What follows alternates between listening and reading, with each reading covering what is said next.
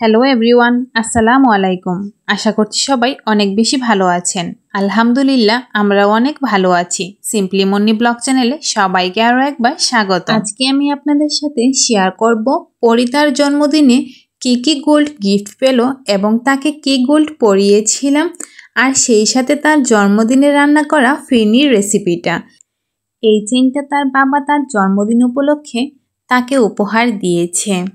আর পাশে রাখা কালো বক্সের যে চেইনটা, এইটা পরীর জন্মের পর আমার বাবা যখন প্রথমবার কোলে নিয়েছিল পরীকে, এই চেইনটা দিয়ে তার মুখ দেখেছিল এবং প্রথমবারের মতো কোলে নিয়েছিল।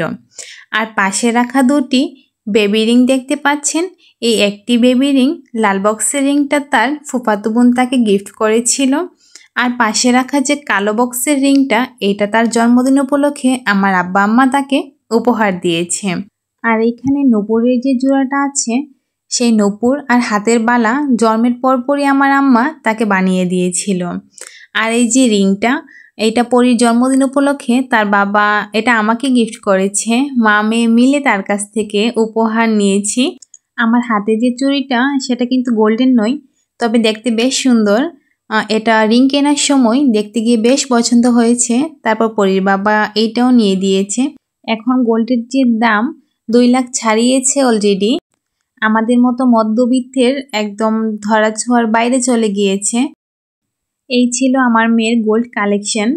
আর এই যে গাড়িটা দেখতে পাচ্ছেন, এই খেলনাটা আমার খালামণি তার জন্মদিন উপলক্ষে তাকে উপহার দিয়েছে। এটা পেয়ে সে মহা খুশি। পরীর জন্মদিন উপলক্ষে আমি এই ফিরনিটা রান্না করেছিলাম। খুবই সহজ এবং সহজেই তৈরি করা যায়। চাইলে যে কেউ বানিয়ে নিতে পারবেন এবং খেতে অসাধারণ মজা। প্রথমে আমি এখানে দুধ জাল করে নিয়েছি, আর আমি এখানে 1 লিটার দুধ নিয়েছি। সেই সাথে বলে নিতে চাই, আমার চ্যানেলে যদি আপনি নতুন কোনো বন্ধু হয়ে থাকেন, তাহলে অবশ্যই আমার চ্যানেলটিকে সাবস্ক্রাইব করে পাশে থাকবেন। কোনো কিছু ভালো লাগলে কমেন্ট করে জানাতে ভুলবেন না। ভালো লেগে থাকলে লাইক করবেন এবং শেয়ার করবেন। 1 লিটার দুধকে প্রথম অবস্থায় ভালো করে জাল করে নিতে হবে। আর এখানে আমি রাঁধুনি ফিরনি মিক্সটা নিয়েছিলাম। রাঁধুনি ফিরনি মিক্সটা রান্না করতে বেশি কোনো ঝামেলা পোহাতে হয় না। একের ভিতর সব থাকে, এটার ভিতর সব কিছু আছে। শুধু দুধ দেবেন আর এটা দুধে ঢেলে দিবেন।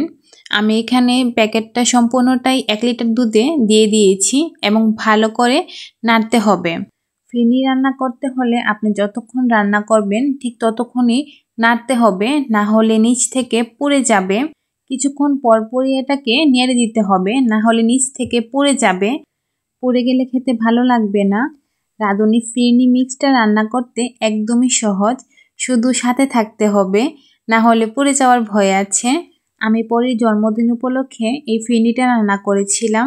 সেই সাথে একটি পুডিং রান্না করেছিলাম। পুডিংয়ের রেসিপিটা আর দেখাইনি। এর আগের একটি ব্লগে আমি পুডিং রেসিপিটা শেয়ার করেছিলাম। আপনারা যারা পুডিং রেসিপি পেতে চান, আমার চ্যানেলে অবশ্যই পেয়ে যাবেন। এই ছিল আমার ফিরনির ফাইনাল লুক। একদম খেতে পারফেক্ট ছিল। আমি এখানে কাজু বাদাম আর কিশমিশ দিয়ে পরিবেশন করে নিয়েছি।